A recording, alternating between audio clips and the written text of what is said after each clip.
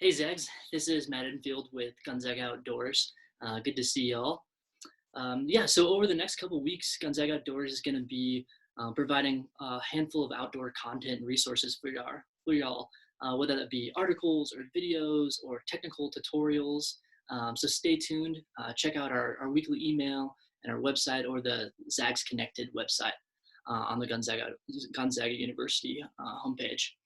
Um, so I know, like a lot of you, I'm struggling with trying to get my outdoor fix right now, and so that's opened up some time for me to be kind of creative. And so one of the things I'm doing is organizing my gear, finding time to repair things that have been on the repair shelf for months, and trying to find new ways to streamline my kits or my systems. As outdoor recreationalists, we talk a lot about systems and kits, and I'm sure a lot of people have heard of the 10 essentials. And the 10 essentials are basically this itemized list that the Spokane Mountaineers Club in the 1930s came up with, and it was this general list of items that if you're going to go outside, you should bring with you to be prepared in case of an emergency or just to be comfortable throughout your excursion. Um, and so everybody's kits and essentials and systems look a little bit different. And so today I'm going to show you what one of my kits looks like, specifically my essentials kit. And so if you Google the 10 essentials, you're going to come up with 100 different lists with 1,000 different items. And I'm not saying that some of them are better or worse than others. It just takes time and experience. And there's probably some mistakes to figure out what you want when you're building your own essentials kit. Um, Along with that, my kit looks really different than other people's, and mine looks different depending on what activity I'm doing outside, and also what the season is, what time of year it is, and what the conditions are going to be like. So my summer kit looks a lot different than my winter kit, and then my paddling kit looks different than my backcountry ski kit. There's a lot of similarities no matter what I'm doing or where I'm going or the time of year. But I wanted to show you all what my general essentials kit looks like. Um, this is my day kit, my day essentials kit, and so I'll also beef it up if it was going to be a multi-day adventure. Um, so yeah, let's get into it.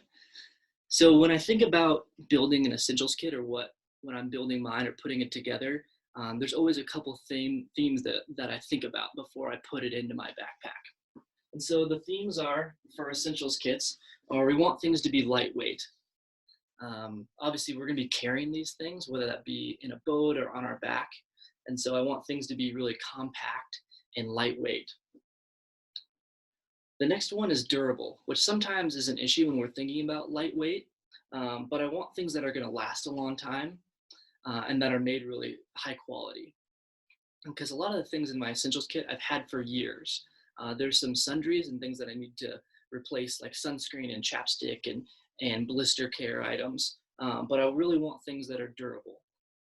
And then probably the most important piece with an essentials kit is versatility. I want things that I can use for lots of different purposes.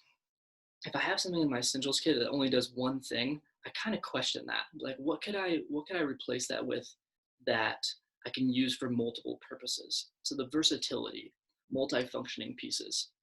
So again, some of the themes when I'm developing my own essentials kit is I want things to be lightweight, durable, and versatile. Awesome. So let's look at what my essentials kit looks like on a run-of-the-mill everyday trip, a day trip, as well as a lot of the same things I'd bring for overnights. So I kind of have two different bags or two stuff sacks to organize my things, my essentials, and they look like this. And I'm sure that there's people that really believe in the ultralight philosophy that are already like, I'm not watching this video anymore. Well, bear with me. Let me explain my rationale for things. And so I have two bags that I pretty much always have with me no matter the trip. And like I said before, there's going to be some things that come and go or add or subtract, but this is what it looks like for now. I like to have two different stuff sacks. They're different colors because so I can grab them really quickly and know what I'm going to find in them. And so the first part with stuff sacks is I really like having a waterproof stuff sack. It avoids having to ziplock everything, or if it's raining out and things are getting really wet, I know that at least my most important essentials are going to be waterproofed. So I have this green essentials bag right here, this green stuff sack that is waterproof. And then my other one is I have obviously a very different color, this purple one. And I like this one. It's very different than other stuff sacks because it opens this way instead, horizontally instead of vertically. So it's really easy to open this up and see what's in it and be able to grab things really quickly. Awesome. Well, we'll talk about what's in this one later. So my main essentials bag with this green stuff sack that looks about like this when it's full has a whole plethora of things inside of it. One of the most important essential pieces that I bring no matter what, whether it's a day trip or anything else, I always have a headlamp with me. And along with that, I have another set of batteries. And I really like to just use a little bit of athletic tape to put the batteries together, because oftentimes if I need another new set of batteries, it's dark outside and I'm like hunting around in this bag trying to find everything. I don't want to dump everything out, so I have this chunk of batteries with everything that I need in it. And I always know that my headlamp is on the lock feature, so it doesn't get turned on accidentally. So I have my headlamp and another set of batteries. I'll always have a compass with me and then a physical copy of a map. I know, like a lot of us, we'll bring our little Diddy box, our huge smartphones that we have, and I use it for a ton of different things, whether it be flashlight or camera or my GPS or it's a great tool, and we should always have it if that's your style. But I want to have a backup, so I have a map and a compass with me all the time. Another kind of random thing that I have in my essentials kit that usually ends up going on my hand, right, is just a watch. And again, that's like another backup for when, the times that we need technology the most is usually when it fails. That's kind of the mantra that I work under. So I always have a watch with me. The last kind of technology piece that is in my essentials kit is my InReach, which is just a personal locator beacon, as well as a satellite texting device that if something really bad happens, that I can have emergency response. So this is an InReach Mini. Sometimes you'll see a little bit bigger ones, and it has GPS functions. It has that SOS emergency signaling device, or satellite communication, as well as texting features, so that if I'm out of service, I can still text people back at home, letting them know I'm delayed, or I need assistance, or please have the dinner ready when I get home, or something like that. So I have my InReach with me, and it's all charged up. It can either be linked to my phone, or I can use it as a standalone device. And I really encourage people, if they're starting to do more outdoor recreation activities, to look into investing into some sort of satellite communication device, or SOS, for emergency response. Always have a whistle with me, a lighter. I really like having these small compact lighters with me. And I don't have it in a plastic bag or a waterproof container, because I do have it inside my waterproof stuff sack. Just one less thing. As far as sun care and sun protection, I usually always have, or not usually, I always have some chapstick with SPF in it, and then I have a little tin of Dermatone sunscreen with me. I generally don't wear short sleeves or shorts all that often in the outdoors, just because for sun protection. So really the only places that I end up using sunscreen are on my face and the tops of my hands and the back of my neck and my ears. So I really don't need a ton of sunscreen, and then chapstick. And a lot of times these will end up living in my pocket, especially in the winter, because I don't want them to be frozen. So they'll either be in my essentials kit, or I have them in my pocket, one of the two. So always having sun protection with you, as well as sunglasses. You don't leave home without a pair of sunglasses, and it's particularly important in the winter when we have all that, the sun reflecting off the snow. So having sunglasses with us. Something that I like to bring with me in my essentials kit is a little notebook.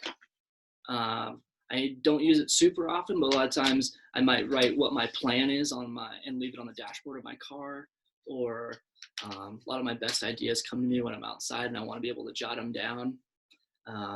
If I need to be, if there's some sort of medical emergency, I'll be able to write notes like a patient's vitals.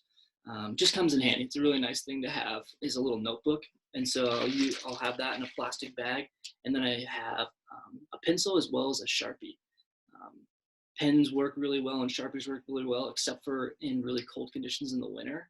And that's when a pencil is really handy. Things run out of ink, and so always having a backup. So I have a pencil with me as well. Some of the other things that I keep in this little pocket notebook is I have some gear tape in case I rip outdoor clothing or a backpack or any other fabric item. I can do a little bit of repair in the field with this adhesive gear tape. And it just fits really nicely in this notebook. I always know where it is. Yeah, a little pocket notebook, Sharpie, and a pencil in a plastic bag. As far as like personal hygiene items, whether it be a long trip or a short trip, I usually always have some hand sanitizer and some soap.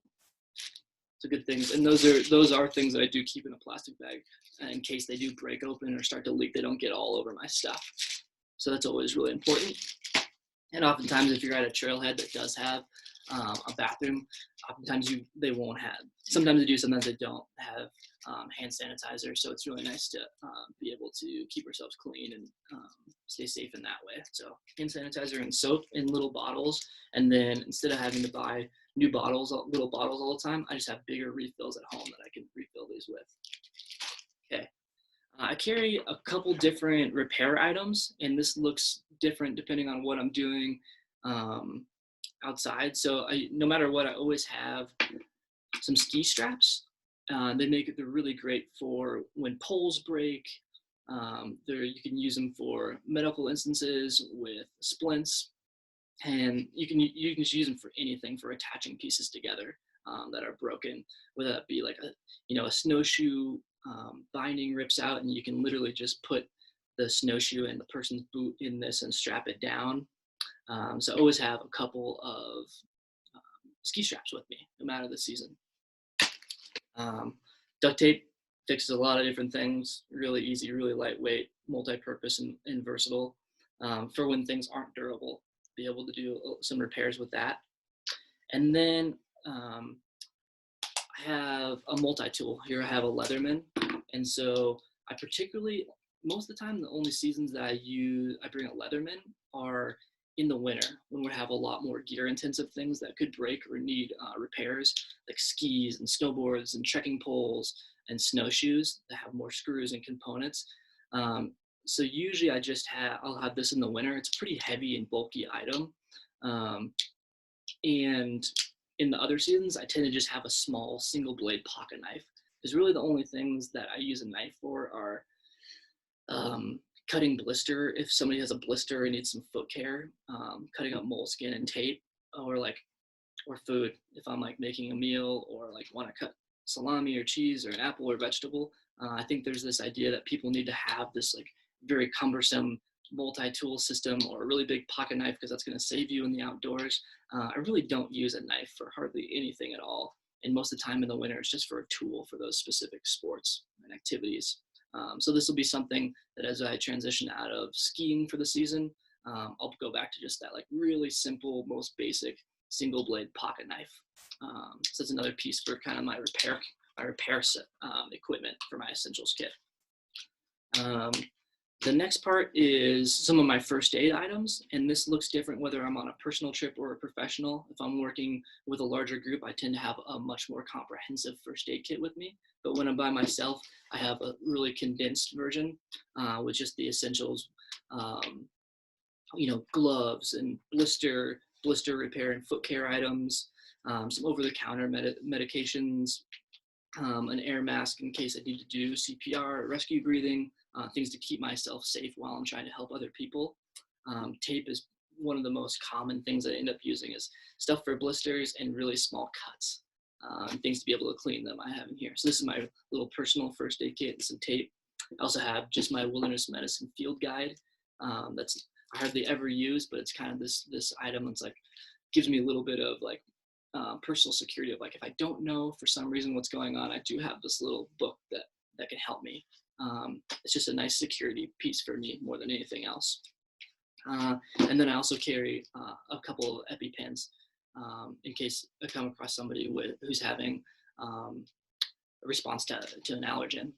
Really important, can save somebody's life. So I have a set of Epi Pens that I carry with me, and really important to know about if somebody that you're going outside with does have an allergy, and if they're carrying their own Epi Pens with them.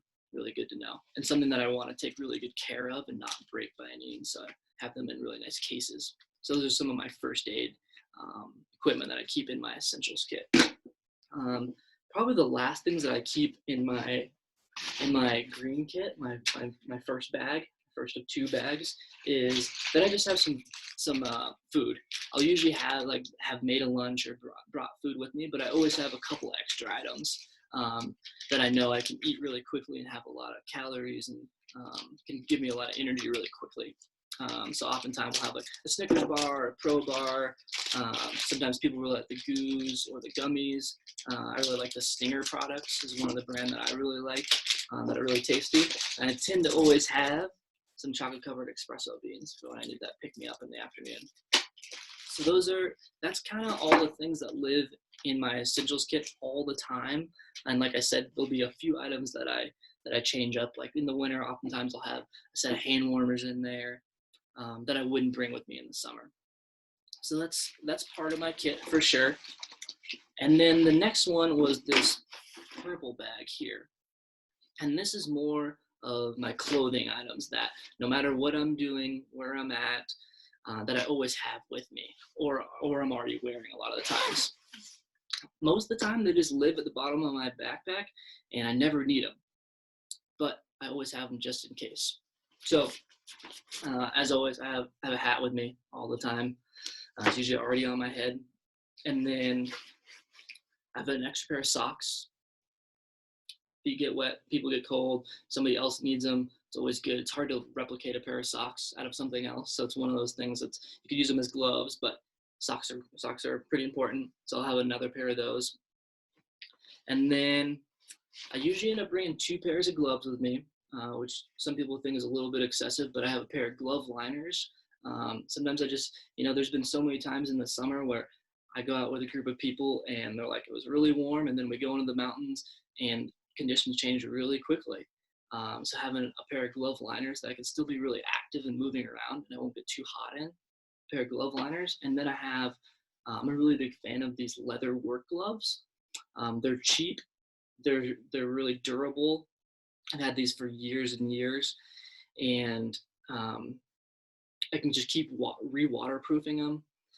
They still have really great dexterity when I'm wearing this. I can be really nimble and still like tie knots and use a lighter and set up stoves while I'm wearing them. And they're a little bit warmer. So I always have a pair of leather gloves. Those are, like I said, really cheap, and you just kind of keep re-waterproofing them once they lose that piece. So I have a couple pair of gloves with me, like I said. And then the last items I keep in here are, I have 2 buffs. And like I said before, these are really versatile. I have the normal size one that I usually will end up using for sun protection. If it's really, really sunny outside and I just I'm worried about getting sunburn, I can either use that I'll put it over my head and wear it over my nose and over my ears. And then also if I'm cold, I can put that around my neck or up above like this. And then the other one I have is this, it's kind of the extra long one, and this one's wool. And so I can use this for sun protection, or I really like to be able to use it. I can keep wearing my hat for sun protection, and if my head's cold, then I can kind of turn it into a beanie as well. So it's instead of bringing a stocking hat or a beanie or something like that, I just have this wool buff that I can use for a ton of different things. So that's the other kind of emergency layers that I bring with me that I can use for a ton of different things. And I tend to use these on most of the outings that I'm on. So I've got a couple buffs, and then I have, having 2 is also nice because I still have one. I can offer one off to somebody else who needs one. So those are the clothing accessories that I keep in my essentials kit. And like I said, they just live in the bottom of my backpack, and a lot of times I don't ever need to use them.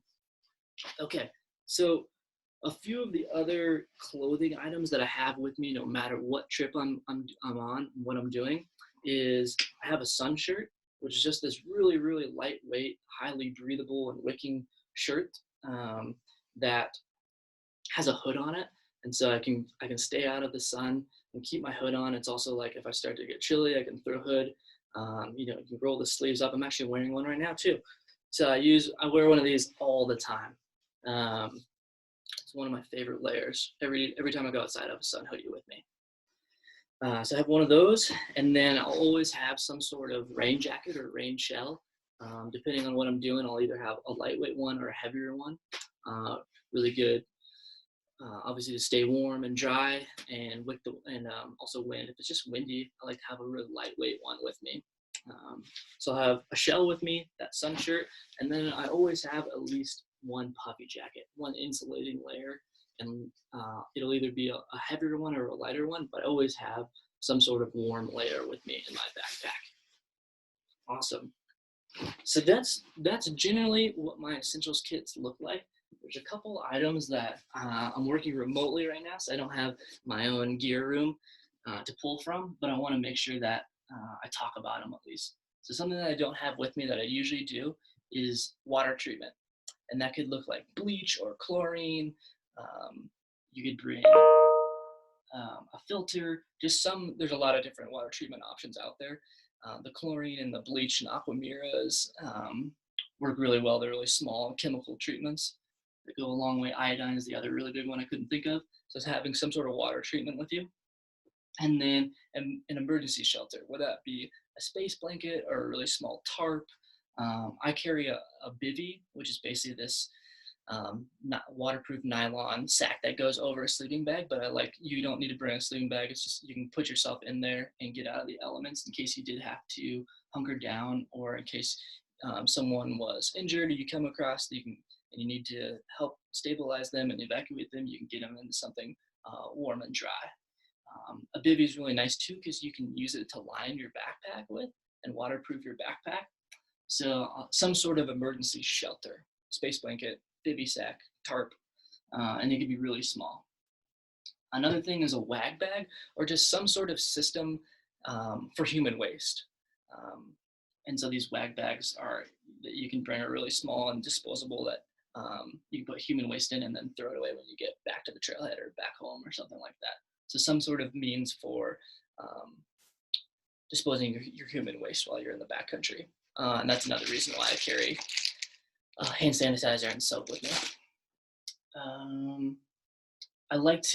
There's a product called Second Skin, which is a really, really quick and easy way to deal with hot spots or blisters, or if you have any sort of friction or rubbing from footwear. So I like to have a little bit of Second Skin, but if you have other blister items with you, that's totally cool too. But that's just something that I carry that I found really useful. The reason I don't have it in mine is because I was just on a spring break trip with Gonzaga students, and some students had some blisters. So I was able to bust out my essentials kit and give them some Second Skin that they were able to reuse for multiple days instead of having to get new moleskin and tape every day. It's a really nice product that you can reuse. The other item I have on here is a fun item. A lot of times I carry this really compact kite with me, or in the winter when you're in tents, like you're winter camping and you spend a lot of time in tents once it gets dark. I have a little mini Yahtzee with some dice, a deck of cards. I usually have some sort of fun item with me, and for me, I usually bring a kite. It's really cool to bust out on summits, or when you get to a high point and it's oftentimes windy, and bring this cool, colorful kite out. People get psyched about it. So those are a couple things that I had missing from my kit that are usually in there. Awesome. Yeah, so like I said, developing your own essentials kit looks really different. There's always some standard items that everybody has with them, like a headlamp and first aid kit. And then today you saw some of the specific things that I found over the years that work really, really well. And it just takes time to accumulate these things. But it's a really good starting place of figuring out, hey, what's my essentials kit look like? What are the things that I'm always going to bring that I want to prioritize? Yeah, so I'd be really psyched to hear from you all in the comments, or send me an email. about if you have questions on this stuff, or if there are things like, hey, I didn't notice that you had this, or like, I really like this item and have found it really to be helpful. Let me know. I'd be psyched to hear about that. Yeah, so stay tuned for more videos and content from G Outdoors. And, speaking on behalf of G Outdoors and other Gonzaga colleagues, we really miss you. Really excited to see you in the future when things change for the better. I hope that you all are staying safe and classes are rolling along just fine on the online format. And if you all need anything, just reach out to us. We still really miss having the contact with you all, and excited to see you on some trips next year. So yeah, this is Matt Edenfield with Gonzaga Outdoors talking about essentials kits. Thanks a lot, y'all. Have a good day.